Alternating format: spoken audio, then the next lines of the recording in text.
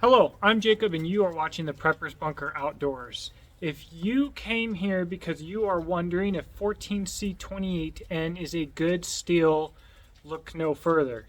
Yes, 14C28N is a good steel.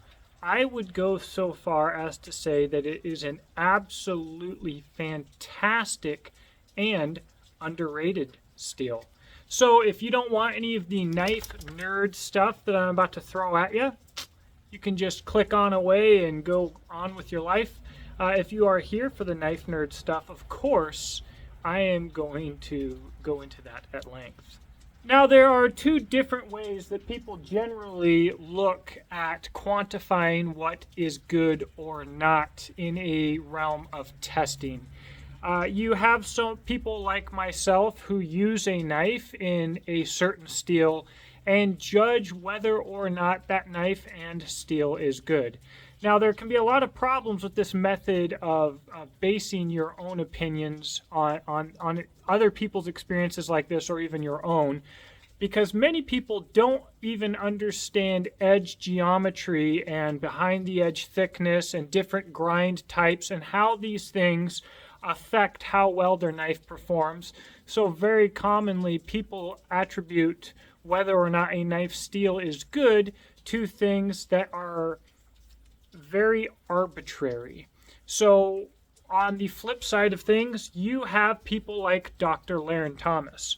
Dr. Laren Thomas's information is what I will be using for the other side of this discussion today. I will be putting a link to his website, Knife Steel Nerds. And what Dr. Laren Thomas does is he works to control variables and test steels in a laboratory environment. Now, this sounds like the perfect way to talk about a steel. However, there are a lot of people who have difficulty potentially replicating Dr. Laren Thomas's results, or who feel that his results may be skewed. So what I want to do is I want to bring these things together in a video for you, with the subject being 14C28N. Now, if you don't watch this video any further, the one thing that I want you to understand is that any steel can be ruined. So finding the knife in your fantasy steel, finding who makes it absolutely the cheapest, in no way directly equates to you getting a knife in said fantasy steel that performs up to the potential of that steel. So any steel can be ruined, and when it comes to using knives outside, like I use knives, almost any steel that is perfectly, or as close to perfect as possible, perfectly heat treated, is going to perform better and more reliably than any other steel that has a heat treat that is absolutely ruined. So, judging a knife and its performance potential based on steel alone without understanding other factors or knowing anything else is a really good way to be disappointed, or to waste money, or to buy a product that is not at all what you think it is. Now, the reason that I'm doing this video here today, I'm not on any manufacturer's string, okay? I typically do videos as I feel motivated to do them because I am completely independent. But I have this Scandi protector. This knife was sent to me for free from Czechia to demonstrate, to use, and to test myself. However, that is with the understanding with the manufacturer and the people there that if there are problems, I will show you. I will keep that on film, and I will not hide anything, because my responsibility is to my viewers and to no manufacturer. That has happened many times. So this knife is in 14C28N, and I foresaw a lot of people asking about the steel, and I've also seen some really disparaging comments about 14C28N. So let's dive right into it with charts and numbers and graphs and all kinds of things that should make this easier for you to understand. So what you're looking at here is a nicer version of what I have here. For some reason, my printer decided that it doesn't really want to do black ink today, even though it's full on black ink.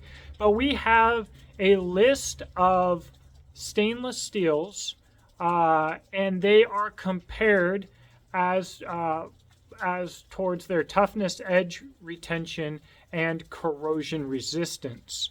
I kind of wish resharpenability was on this list, but there are so many variables, I think, in sharpenability. I think he could do it with abrasion resistance or something else, but your knife, likely any two examples of any different knives, even from the same manufacturer, might have different edge thicknesses and edge types, and so it wouldn't come together perfectly. But anyways, you'll see on the top of this chart here, 14C28 has a toughness rating of 9, an edge retention rating of 3, and a corrosion resistance of 8.5.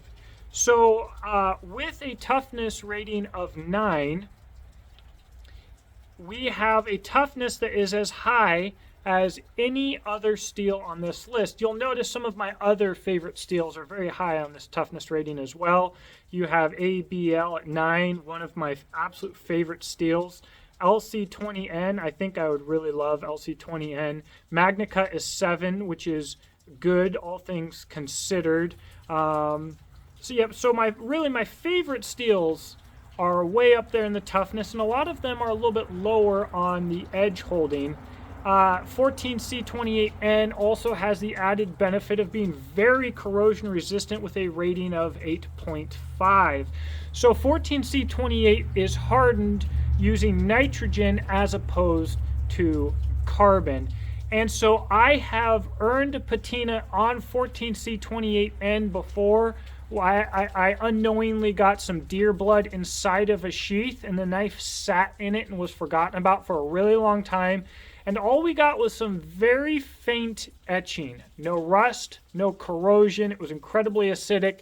It is possible on this steel for something like that to happen. However, it is very, very unlikely outside of absolute negligence for you to actually have this steel rust. Now, if you are like me, you are looking at a list of knives and steels here, and these numbers look a little bit arbitrary. We have basically a 0 to 10 scale rating the performance of the steel, but what do the numbers mean? Is there anything even behind it?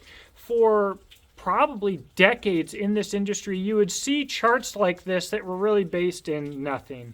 Just some guy putting some stuff together, and I've seen some charts that are absolutely terrible with no actual numbers behind them whatsoever. We do have these numbers here through Knife Steel Nerds. So I'm going to get to those numbers in just a second. What we have here, what you're going to see on the screen here, is these knives placed on a chart that is putting the information that you just saw into a graph. And what you'll see is almost from 420HC down to CPM S90V, you have a line, and right intersecting through the middle of that line is MagnaCut. And I view this line as knives that achieve peak balance given their capabilities as compared to other steels. With 420HC being very high on the toughness charts, but relatively low on edge holding, and CPM S90V being incredibly high on the edge holding chart, but somewhat low on the toughness chart. And you'll notice that the only steel that is above this line, that is above the absolutely amazing steels, I will say that if you were just going to look for really good steels, you could look well below this line. This is supposed to be like the cutting edge peak performance here. But the only steel above this line in Laren's chart here is 14C28N and AEBL, having a mixture of toughness and edge holding that is, when it comes to averages and what is on the market, superior to all of your other options. So let's get into now what it actually means, what information, what data is actually behind this. So the chart that you are looking at now for toughness gives multiple steels toughness generally across a range of hardnesses. Now, I don't understand why some of these steels are only shown at one hardness, and some of them have a short range, and some of them have a long range of hardnesses that have been tested. Dr. Lateral Thomas would probably have to tell you that himself. Maybe he has already on his YouTube channel, which I will link in the description box below. However, I would guess, or maybe assume, that certain steels have a larger potential range of hardnesses that are viable. Certain steels are more worthy of his attention and testing across a longer range. And certain steels likely are just not viable outside of a smaller window of hardnesses. You'll see 420HC here is only shown at one hardness, which is 57.5 Rockwell. Now, one thing that you'll realize here is that all of these steels you will find in different hardnesses. So it's very, very common to hear this steel holds an edge better or is better because it's harder. That is false. Almost any of these steels, for the most part, can be anywhere on the spectrum for normal hardness ranges of steels. So what you would consider a cheap and soft steel can potentially be ran up just as high in the hardness scale as what you may consider to be a better or more expensive or more hard steel. It might not be ideal up at that range, but you will not see very much 420HC ran at 57.5 Rockwell. I don't think. I feel like I usually see 420HC hardened more at like 54 to 55, really soft. But we have ABL up here with a broad range of hardnesses and toughnesses. You have 14C28N, but what I want you to look at here is exactly where the dot is on 14C28N is at 30 foot-pounds. So this is I can be corrected if I'm wrong. I'd be happy to be corrected. A test of lateral torsion, the amount of energy that it took on an identical piece of steel as the others to break with an identical length lever. And so what does 30 foot-pounds equate to in other steels that we are familiar with? At 30 foot-pounds on the chart that you're looking at now, for the most part, you are looking at above 1084, at 80 CRV2, at 52-100. You are looking at literally some of the toughest high-carbon steels that are available on the market. I say some of because 5160, L6, 8670 are all tougher. 15N20 is tougher. 80 CRV2 can be tougher. But 30 foot-pounds through his testing is an absolutely fantastic rating. And on edge holding, I don't have the graph for edge holding because it's massive and there's so many things on it that it's kind of harder to tell. But we're just going to call the edge holding of 14C28N to be a 3, as it was on the chart. And your edge holding, a 3 rating is better than almost any of these high carbons. A 3 edge holding, I should have had that chart, and I'm putting it up right now. But that's holding an edge better than your 1095 and a lot of other steels. And obviously you have the corrosion resistance too. So here's where my experience comes into the discussion. One of the knives that I have the most experience with that I have mentioned earlier with the deer blood staining was the Kershaw Diskin Hunter. A very, very affordable hunting knife with one of the thinnest edge geometries that I've ever seen on a production knife.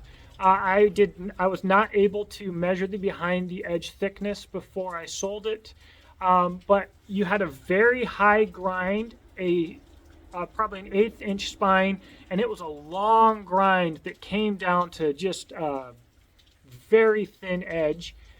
And this knife held an edge well. I chopped through a fresh deer pelvis with it because I had to. And I did this expecting for it to break, by the way. And the knife was incredibly easy to sharpen as well. Most of my experience with 14C28N has been from Kershaw, and I believe Ken Onion had a big role to play in the development of 14C28N.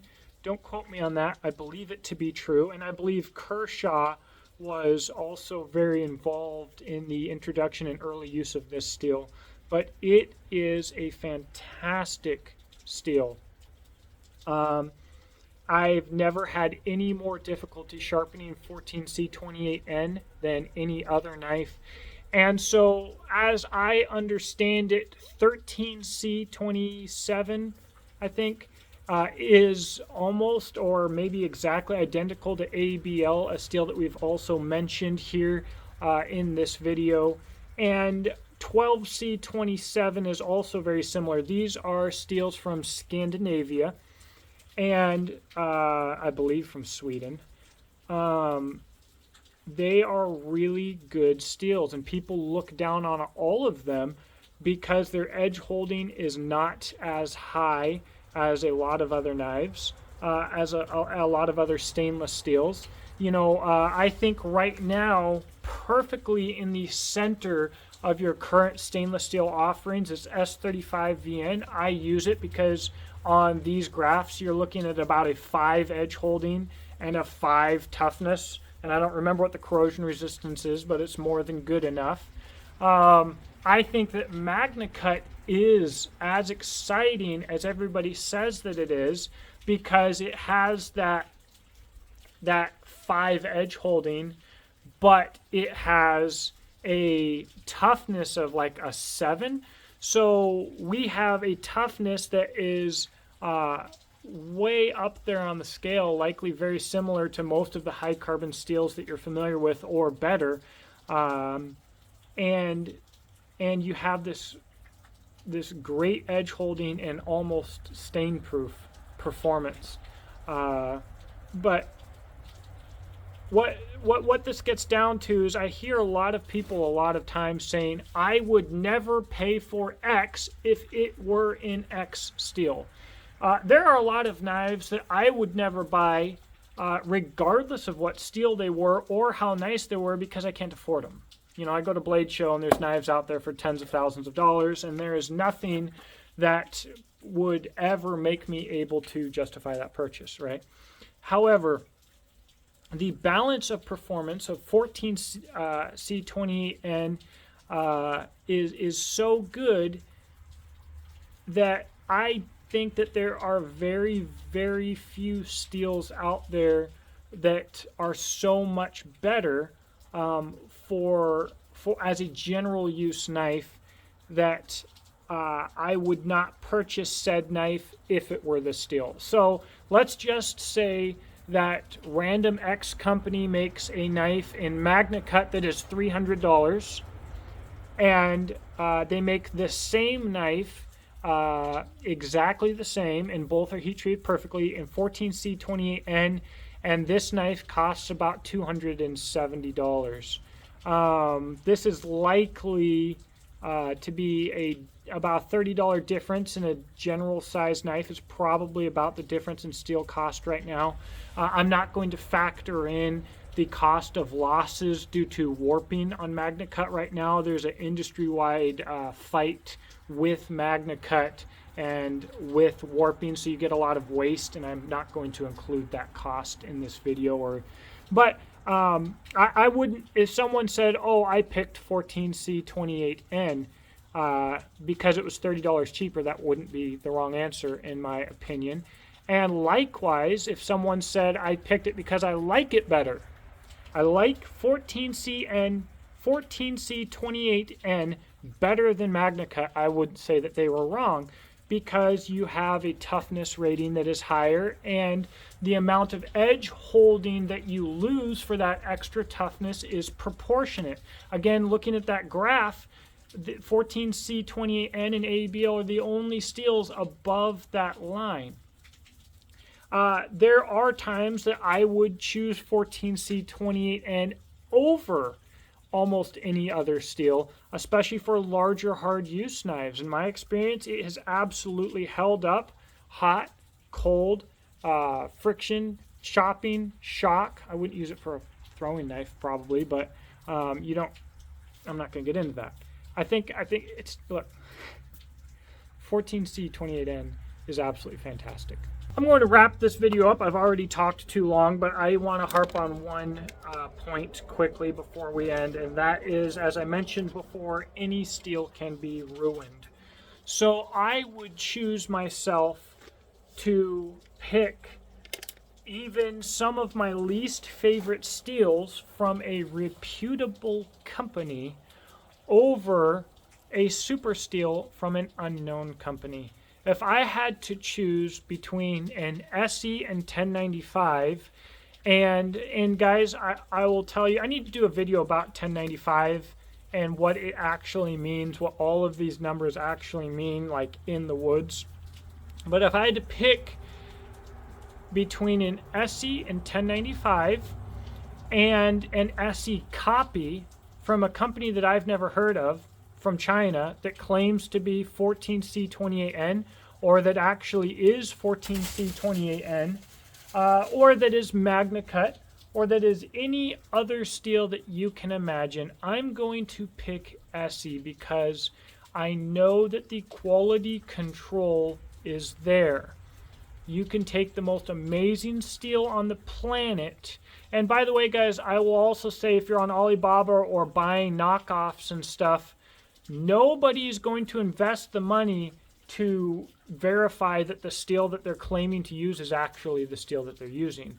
There have been a few manufacturers that have become a little bit known amongst my circle of knife nerd compatriots here for mislabeling steels and jacking prices up.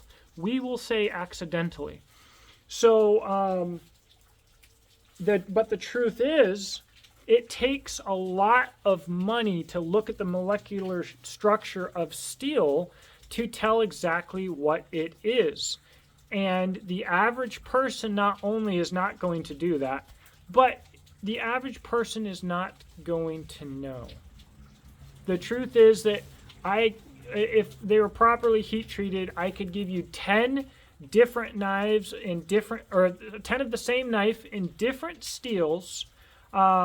And if you couldn't test edge geometry, for the most part, you might never be able to tell which steel was which.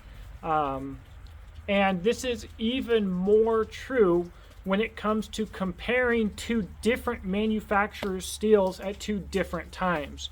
So someone could say, I used an SE 2 months ago, and I used a Becker today, and I think that 1095 Crovan is absolutely by far superior to 1095. But if they were to use the two knives exactly side by side and they understood edge geometry and what they were expecting, very likely the case is that they would have absolutely they would not be able to tell any difference whatsoever. And you run into these issues when you watch YouTube reviewers of knife reviewers.